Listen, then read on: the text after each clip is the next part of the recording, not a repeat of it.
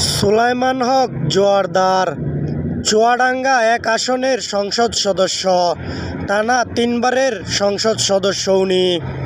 ২০০৮ সালে নবম জাতীয় নির্বাচনে তার আয় ছিল খুব কম, কিন্তু এই ১৫ বছরে তার আয় বেড়েছে দ্বিগুণ।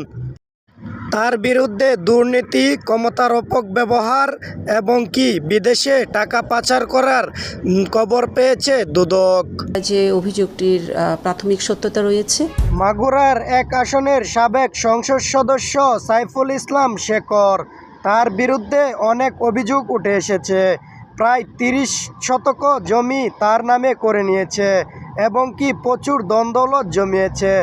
এই নিয়ে দুদক তাকে সন্দেহমূলক তথ্য এবং অভিযোগ তুলে ধরেছে। কার্যকলাপের মাধ্যমে মাগুরায় বিভিন্ন জায়গায় অনেক জমি এবং নামে বেনামে বিপুল পরিমাণ সম্পদ অর্জন করেছেন।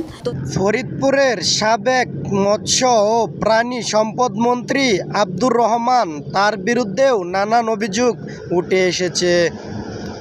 বেআইনিভাবে মানুষের জমি ক্রয় এবং সঞ্চয়পত্র সহ বিদেশে টাকা পাচার করেছে বলে জেনেছেন দুদক। এর বাইরে কিছু টাকা পাচার করেছেন মর্মে এবং একাধিক বাড়ি ক্রয় করেছেন, এই সকল সংক্রান্ত অভিযোগ পাওয়া যায়। দিনাজপুর ৩ আসনের সাবেক সংসদ সদস্য ইকবাবুল রহমান, তার বিরুদ্ধে নানান অভিযোগ উঠে এসেছে। ক্ষমতার অপব্যবহার করেছে এবং ঢাকা মিরপুরে ফ্ল্যাট করেছে এবং ২টি গাড়ি কিনেছে, এমনটাই তথ্য মিলে এসেছে দুদকের হাতে।